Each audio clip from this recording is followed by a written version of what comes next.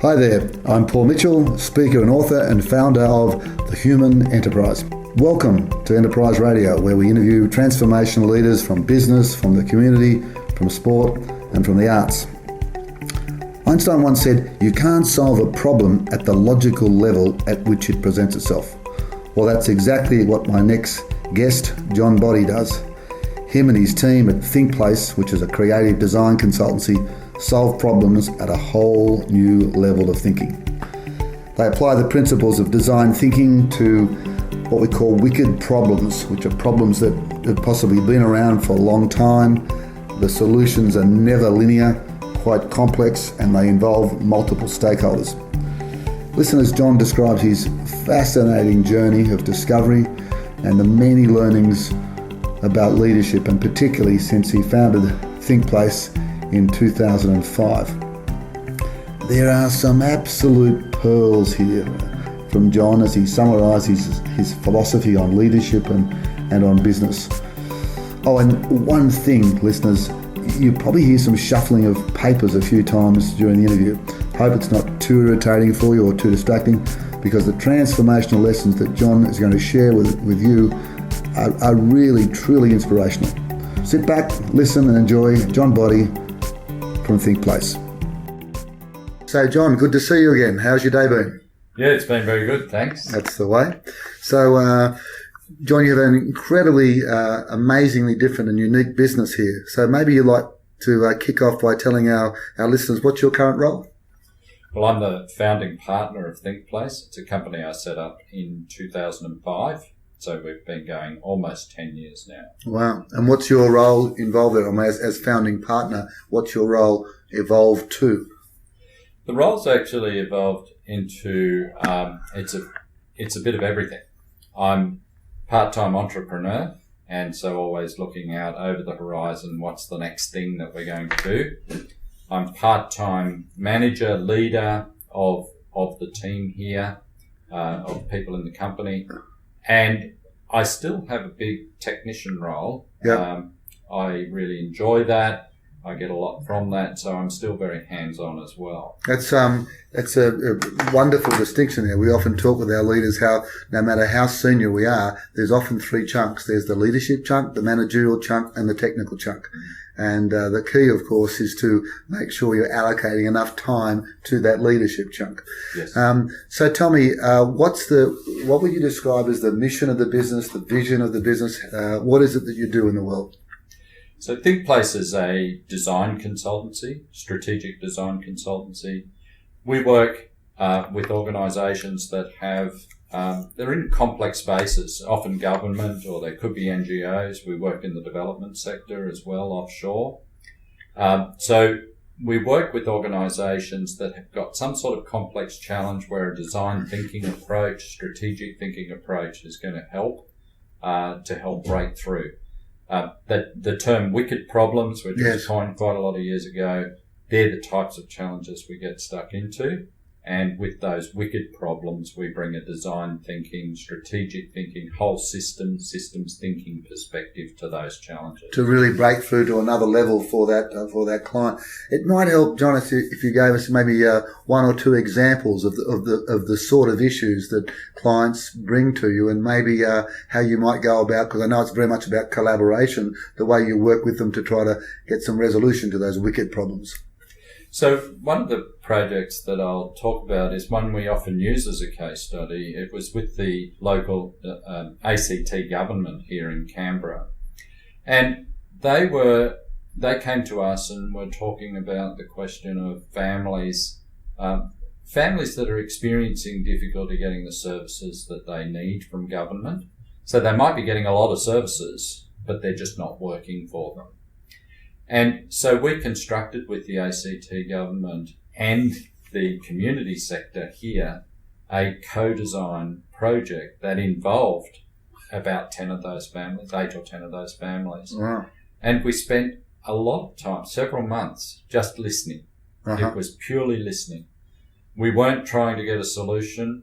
We figured this was a 50 or 100-year-old problem.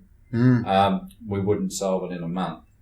So we spent 6 or 8 months on a project of listening, We then moved to a second phase with the ACT government where we specifically targeted improving services. And again, it was a co-design activity with the families, with the community sector, with government, and with us brokering that design exercise.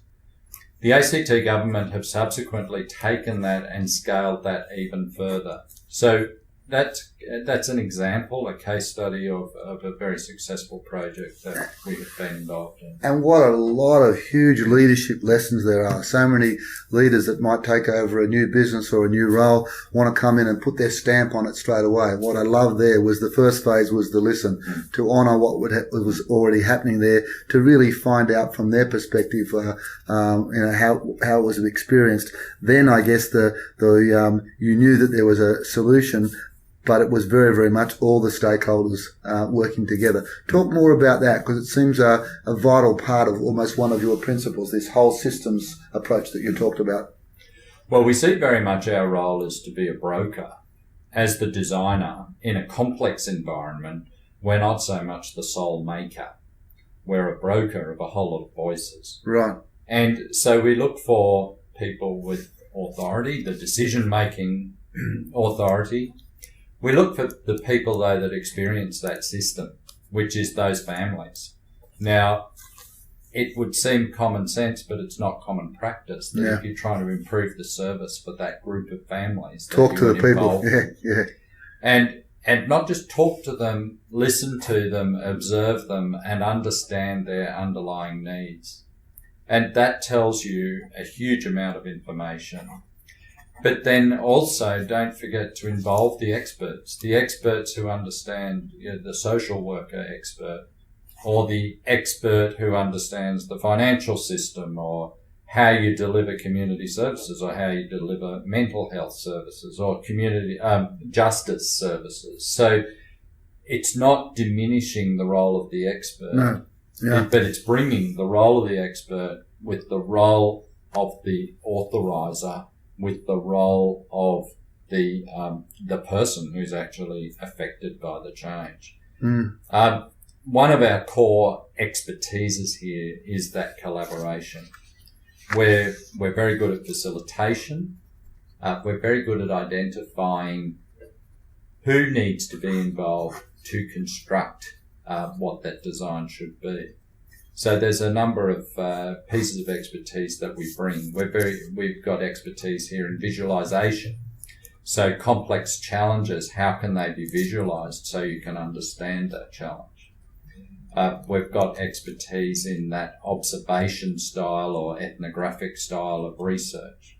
So there's a number of competencies or expertises that we have in the company that we can bring to those types of challenges. And that brings up the fact that you attract very, very different, very unique individuals that have a lot of their identity tied up with that expertise.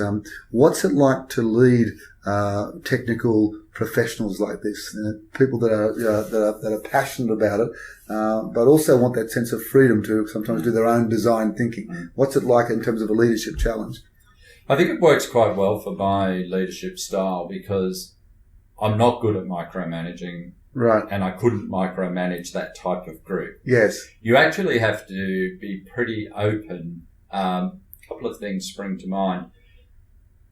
Occasionally a staff member will come and say, I want to take a month off or 2 months off. I just want to backpack around South America, or I want to go and study something in Spain, or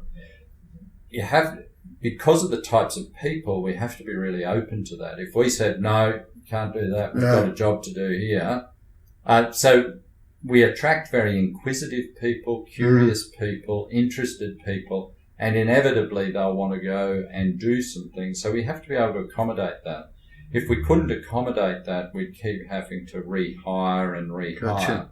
but we wouldn't have that sort of culture. The other thing that comes to mind, I heard recently someone speaking, I think it was the head of Google in Australia. When you run these types of organisations, you've got to treat them more like you're running an organisation of volunteers. Right. You can't you can't control through command and control. Yeah. You have to actually, it's more a volunteer. They're here because they want to be here, and they're actually here. What motivates everybody here is the impact they can have on those that we work with. They're not here to serve themselves or to serve me or the company. They're here because they're really motivated by a higher order goal, which is to have impact. And that's what really drives them. So some great lessons there, I guess, for our listeners, is that treat all the people in your team as volunteers, because they really are particularly clever people who have choices. Yes, exactly. Particularly clever people, which is what you're managing here. And also, too, that yes, we can get motivated by the task and what we need to do, but the higher order impact, when people know they're making a significant contribution, when their work is meaningful, how do you keep that going? Because, that's great to say, but sometimes, it's head down, bum up, and you're just doing. How do you keep that passion alive in the business, John? Part of the way to keep the passion alive, I think, we often repeat what the vision is or bring people back to the vision. It may not so much be repetition, but I think it's quite an important facet of leadership to bring people, to develop the vision with them and bring people back to the vision and keep progressing that vision. And I think that's something over the 10-year course of ThinkPlace that I've never stopped developing or stopped bringing people back to. Yeah. So the vision is really quite important. I think playing things out into the future. Our people are not working on projects that are going to deliver a benefit tomorrow necessarily. They might be working on projects, if they're lucky, that'll bring a benefit in 12 to 18 months, but often it's going to be 4 or 5 years down the track when the true benefit. So having some sense of a temporal view for them and some ability to project. And some quite practical things that we've done here, and I think I was telling you about this earlier, Mitch. Some practical things that we do here. We're a strategic planning firm, so we've got a strategic plan in the traditional sense. Yes. But we've turned that into photos. Yes. And we've looked for photos Fantastic. that take us to the future. And we've got them in a section of the office where everybody's walking past them each day. So we tend to look for artifacts that are not taking us backwards, but taking us forwards, and symbols of that future, of what we might look like as a company, the sorts of projects we might be working on in 5 years' time, the sorts of locations we might be in, and the sorts of impacts we might be making. So obviously, yes, there's a time head down, tail up, but equally, I think, bring people back to the inspiration, excitement, the vision, and we do that. And what I love about ThinkPlace, and listeners, if you get a chance, go to the site, and we'll give you the site details later on, is that visualization. In fact, it's interesting, isn't it? We talk about visions, and then we trump out a whole lot of words. What they do at ThinkPlace is it truly is a vision, because they have pictures of that end state, pictures of those possibilities. So, John, you talked up front about that role or that balance between leader, manager and technician, but you've made that transition. You started as a technician and you've built a very, very successful, very, very sustainable and very high reputation business. How did you make that transition? How did you begin to let go and bring people on and start to do those first early phases? In some ways, I think the first hire was the hardest hire to make. One of the critical decisions, I suppose, is to get started in the first place, because you're cutting the strings of security, secure income. I had 3 children in high school, and a very secure job, I believe, John. Yeah, very secure job. Came with some sort of fringe benefits like a car and so on. And so suddenly you're left with no title, no car, no phone, no computer, and no source of income. And 3 dependents moving into a fairly intensive phase of education and so on. So that was a big decision, but interestingly, I've reflected on that. the biggest risk in that decision would have been to choose not to do what I did. Interesting. Yeah. Because I would have cut off the fantastic 10 years so far of ThinkPlace, and it's got a lot more years ahead of it. A lot more than me. But I would have cut off such an exciting period and so much more excitement to come. And just about on every score, whether that's the people I've met, the impact that I've been able to make through ThinkPlace, the reputation we've built, the job satisfaction, the satisfaction of seeing so many other people benefit from ThinkPlace, not to mention a financial benefit, but that almost comes down the list. Yeah. But it has been financially attractive, very financially attractive as well.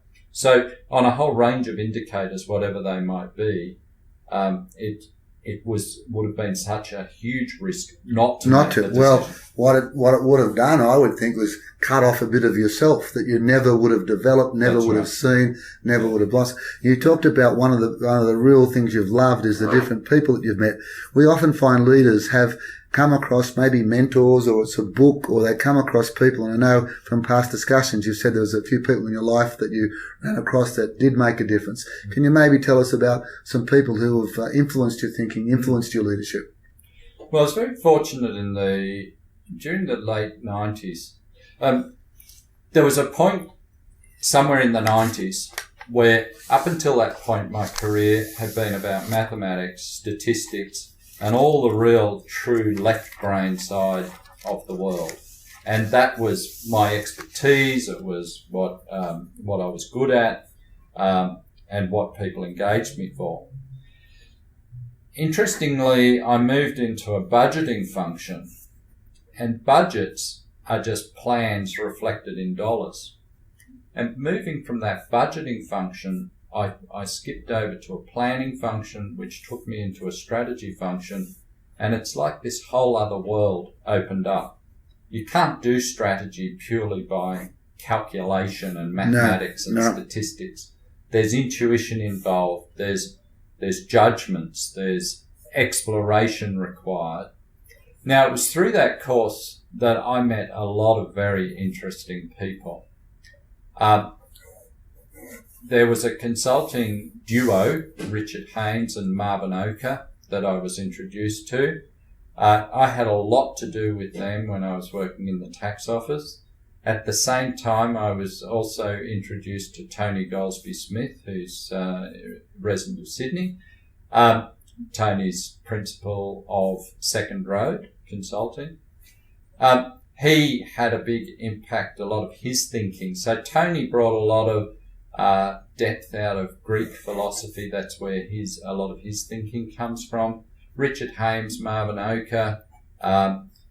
Marvin comes from neuro-linguistic programming. Richard comes from he's just got a very eclectic set of knowledge, and particularly systems thinking and this broader view.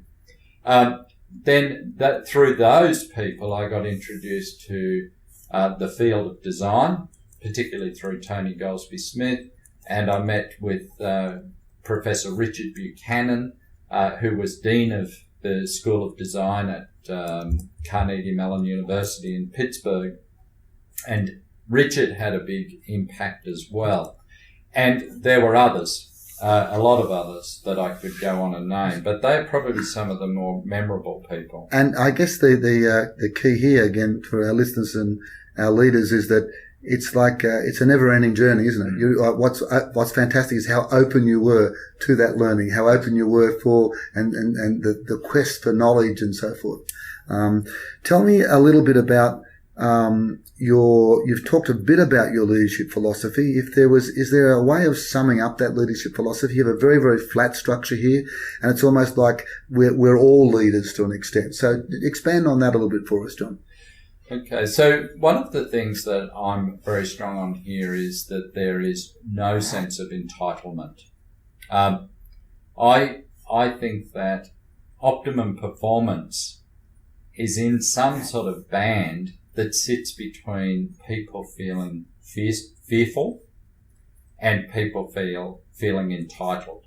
Both of those states kill productivity, kill engagement. But this band that sits in the middle is a high earnings culture.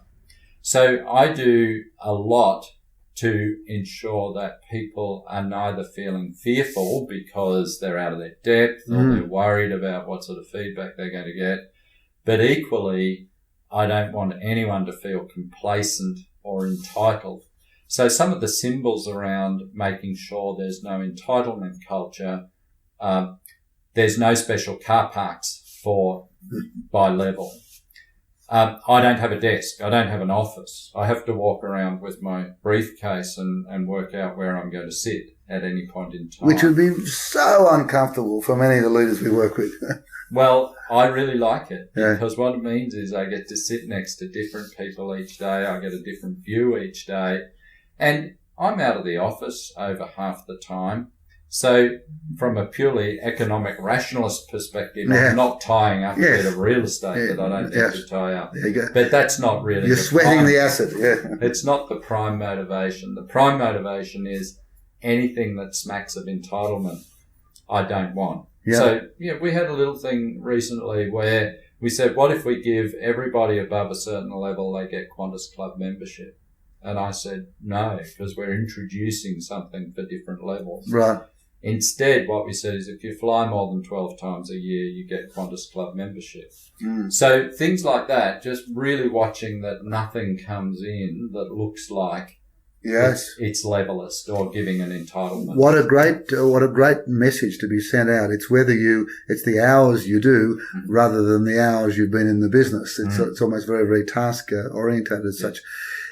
For the leaders that are wondering about, well, gee whiz, could I use these design principles in my own business? If I wasn't going to use ThinkPlace, how would I incorporate this into an issue that I've got? Say I've got a particular problems that come up in my business or in my team. What would be some of the generic stages or generic phases of what you go through that even without having a design consultancy like ThinkPlace come in, that they could apply to those wicked problems? Well, I think the first stage around a wicked problem, the first step we ever take in trying to solve it is to understand what's the problem. So it's quite common to go and solve a problem without knowing what the problem is that you're solving.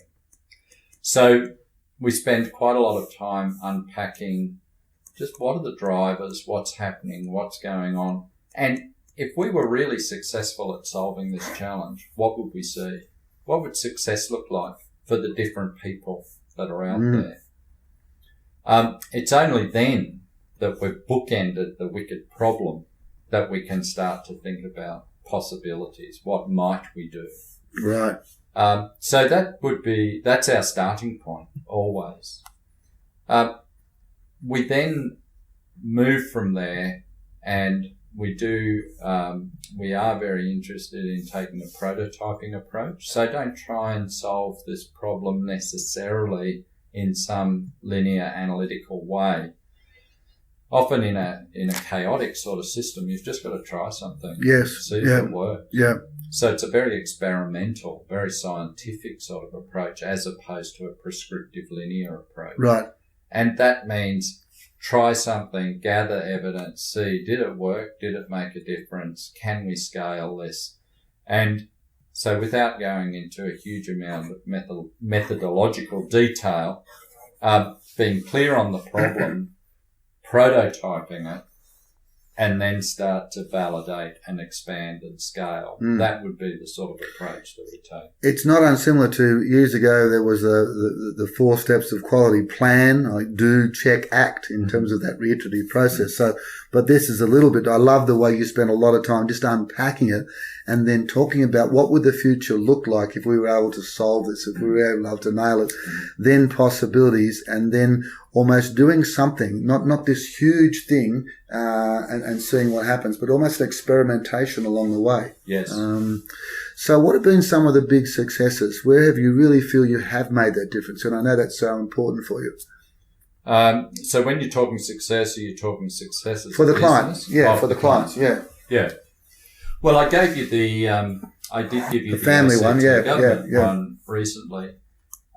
We've done a number of projects in the development sector. We've got a couple of people that are permanently over in Kenya, or they have been for the past couple of years, and other people from here go over and work there. So a project we ran over in Kenya recently was for one of the local, it's a Kenyan bank called the Jimbabora Bank, and they were looking for a product. What sort of financial service does a farmer require in that Kenyan context where the farmer's not fully commercial, they're actually primarily subsistence? Yes.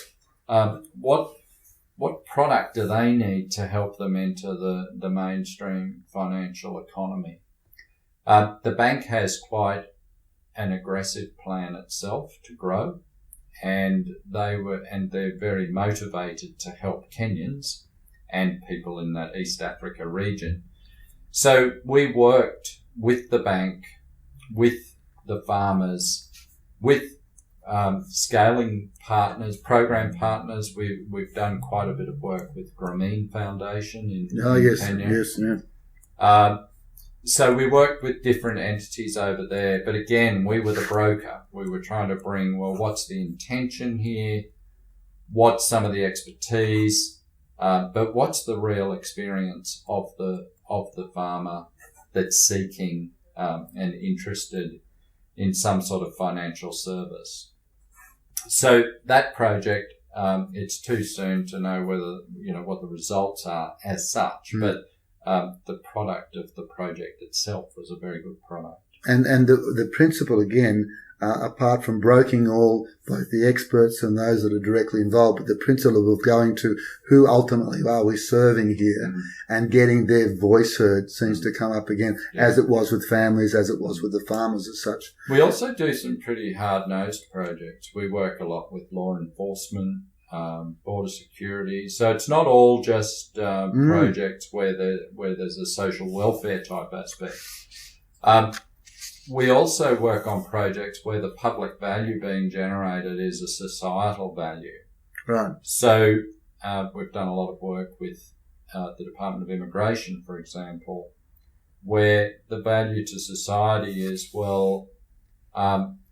if we can ensure that people coming into the country, we get the right people coming in to supplement the economy, the society, but at the same time making sure we don't get the people that shouldn't be coming into the country, war criminals or whoever they might be, that we can live in a better society that's enriched by people coming from other countries, but not destroyed by that as well. So we do a lot of work with regulatory type agencies because regulation is a wicked problem. How do you get people to follow the rules,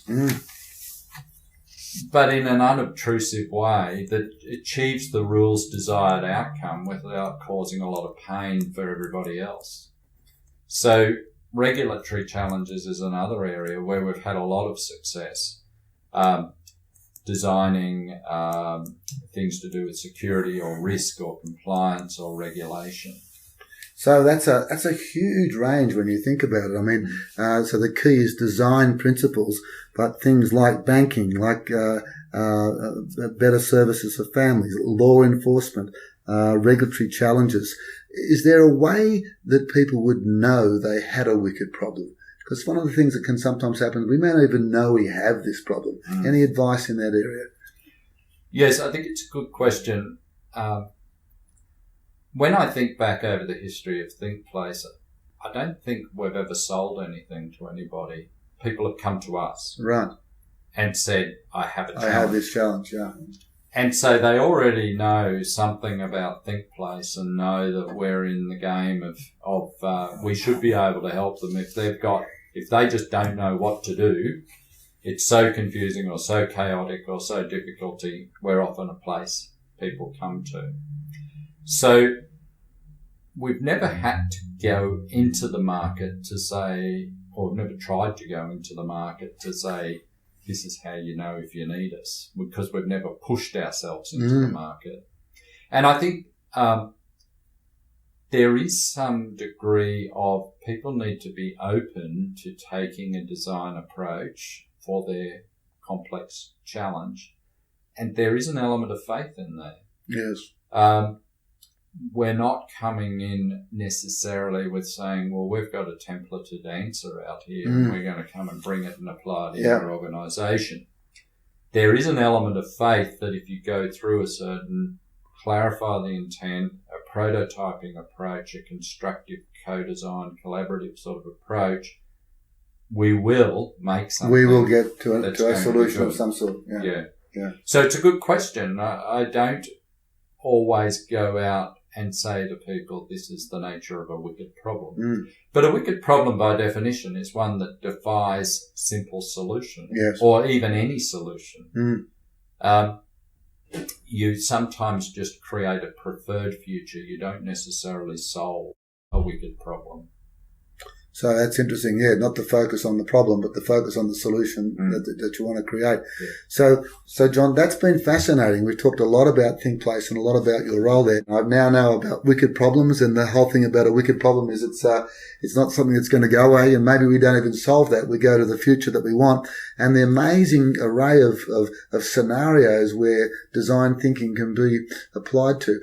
In this section of the interview, I'd just like to focus a bit more on you, John. And your actual leadership. So every leader has strengths, every leader has vulnerabilities. I'm wondering what vulnerabilities you feel you may have as a leader and how you manage those or compensate for them or have your team support you in pushing past those so they don't become a problem. Well, I think some of the breakthroughs that I think we've had here at ThinkPlace in developing leadership is recognizing that we need more than one person to be the leader, because any person has vulnerabilities. So in the early stages, there were two of us as leaders, but then as we grew a bit more, there's really 4 people that are in the executive group of leaders. And in some ways, by looking at the relative strengths of those people, you can tell where my vulnerabilities are. Right. So I can, a strength of mine, every strength is a weakness. So I'm a very consultative person. Yes. And I will be decisive, but after I've consulted. But there may be times when I keep things open too long. Okay. And so others in the leadership team are able to say, well, it's now time for convergence. We've got to make a call on this. Good. So that is one example. I think I'm not overly process driven. I can understand the value of process, but I tend to move in a more non-linear way. And others on the team in the leadership group or in our head of our operations area can be more procedurally focused and say, well, if you sign this, you'll be exposing yourself to that. So I often need, whilst I fully appreciate and understand risk, I think others can advise me on that. And we've got some excellent financial and legal advisors that we've built up over the years as well to help us around that risk area. And did you stumble across that, or no pun, or maybe pun intended, was it by design? Like you knew that you were pretty collaborative, so maybe someone helping you to converge on that decision. You knew that, process was important, but you weren't that procedural, so you brought people in that knew about procedures in certain aspects of the business. Did it just happen, or was it an evolution? I think it was neither an accident or by design. It was somewhere in between. Right. It was, certainly I'm not arrogant enough to think that I've got every measure that I need, because nobody does. No. But perhaps in terms of filling the gaps, I think I more looked for people that I thought were good performers and then brought them in and realised the complementarity of their skills. Excellent, yeah. But definitely I would say that complementarity, know where your less favoured zones are and compensate for those or complement those with others. I really firmly believe in that. And you've certainly done it here well with this major emphasis on that everyone leads. Are there any sort of pearls of wisdom that you find yourself sharing with people about leadership and certainly leading a business like this? Any sort of, you've shared a couple with us, but any things sort of really key, deep down things that you value both as an individual and as a leader that are important to you?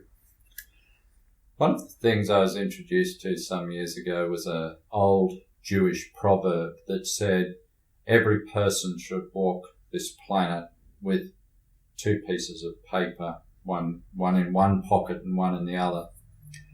And in one pocket it should say, the piece of paper should say, I'm nothing but dust. And in the other pocket, the piece of paper should say, for me, this world was created. And this highlights two concepts that I talked to the team about, one of nobility and one of humility.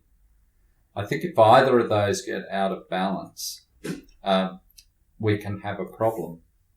So an overstrong sense of humility ends up in language like, I sort of think we might be able to do a little bit of this, which is not really language of someone with a sense of nobility or strength. But equally, too much nobility gives you arrogance. Exactly. And you lose the ability to listen, to empathize, to understand others. So one of the important principles I think we've got here, and I think it's certainly helped me as a leader, is know when it's time to be that noble character and be strong and decisive and say, this is the way. Know when it's time to say, I think there's something in what that person said. I'm going to listen. I'm going to delve further. It's actually going to change my mind. I just think I think listeners, we've just had a wonderful, wonderful summary of one of the key balances of leadership, humility and nobility. And possibly not new, the words of Kipling come to mind, and walk with kings nor lose the common touch. Wonderful, wonderful, wonderful. Any final words of wisdom to leaders that are, really trying to take their team to the next level like you have? I think I would say inspiration. Now, to be inspiring, I don't think you have to be necessarily effervescent and out there. That might be a role it's obviously appropriate for a lot of people. But it can be a deep drive, a deep inspiration, a deep excitement. But you're really trying to take people to places. You're trying to tap into their vision and try and combine their vision into the organisation's vision. And in our case, it's about an impact far greater than any self-serving thing. So we're not trying to serve this company. We're not trying to serve any individuals in the company.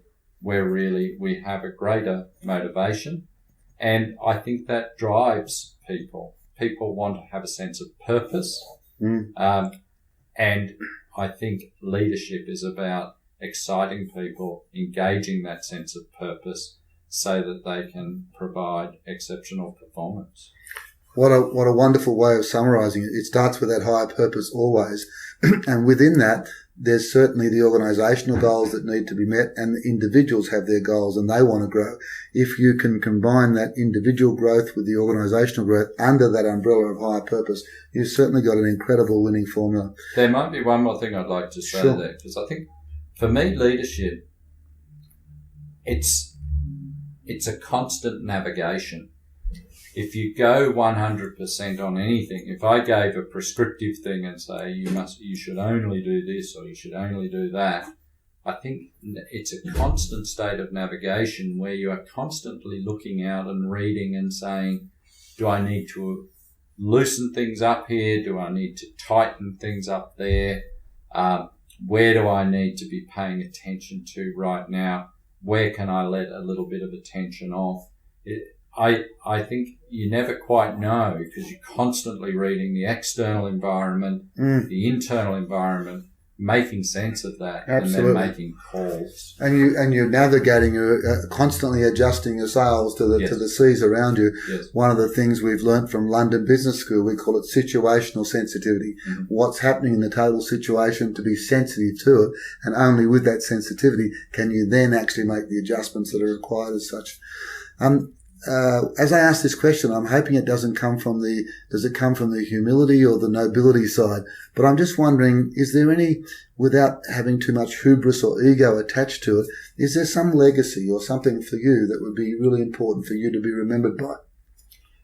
Somebody spoke to me about this the other day, and I think for me, the legacy is that ThinkPlace is a place where the people who work here love working here, because it works for their value set, for their personalities, and they feel they can really make a contribution in that earning sense. They're not complacent, but neither are they fearful or feel like they can't add value. So the legacy that I would like to leave is to think that there's a business thriving well into the future, lifetimes away, if I can be that ambitious, that really provides that sense of an organisation that's great to work for because it's doing great things. Mm. You know, what a wonderful note to start to finish on. One of the things we often say in our leadership programs is do not set out to be a great leader. That's often hubris gone mad. Set out to do something of greatness. Set out to achieve something of greatness. And let me tell you, listeners, they really have done that in ThinkPlace. It's an amazing organisation with amazing people doing amazing things in the world. John, I'm wondering if people wanted to get in touch with you, do they get in touch with you? Do they go on the site? Even if they just wanted to chat about a potential wicked problem, how would they go about that? Well, obviously the website's a good place to go, thinkplaceglobal.com. We introduced that website recently, recognising we've now got Singapore, an office in Singapore, Wellington, we've got people in Sydney, Canberra, and Kenya, as I said, and we're looking at other places at the moment. So thinkplaceglobal.com is a good place to go. There's a contact point there. The number here in Canberra is 02 for the area code 62828852. I'm happy to talk to people, and I'm sure many of the other people here would be very happy to talk through people if they're wrestling with some sort of wicked problem or want to know how they might apply a design thinking approach. We'd be more than happy to talk to people. So, John, thanks again so much for sharing so much of your wisdom, your experience, your intent.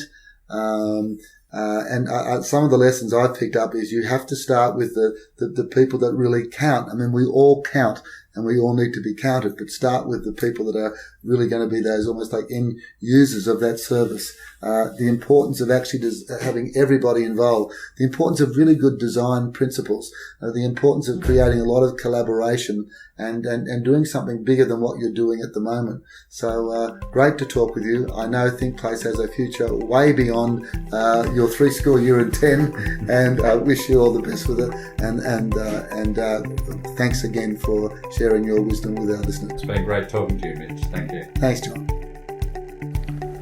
Well, what wonderful lessons about business, about culture, about leadership. That great people need to be treated as volunteers, not just employees. That they're motivated by a higher goal, a higher purpose. Not just talk, but to really, really, truly listen to your end users. The power of collaboration and co-design. The benefits of prototyping and visualization and photos and artifacts and symbols that take us forward. The danger of entitlement in a business. The importance of complementary skills as a leader. And I loved John's philosophy about walking that fine line between humility and nobility. Very, very fascinating. So if you've got a wicked problem and it's been hanging around for a while in your business, I could not more highly recommend that you get in touch with John and his team at ThinkPlace. Again, and let's use the global website that he gave us, which is www.thinkplaceglobal.com, or the Canberra telephone number in Australia, that would be +61 2 6282 8852, and we'll certainly put this on the notes for you. Get in touch with John, even if it's just a chat about your wicked problem and whether it's worthwhile applying some of the principles of design thinking to it. In itself, I think you'll find fascinating. I hope you've enjoyed this Enterprise Radio interview with John. I'm Paul Mitchell, speaker and author with the Human Enterprise, and until next time, find a passion, develop the skills, make the numbers, and make a difference.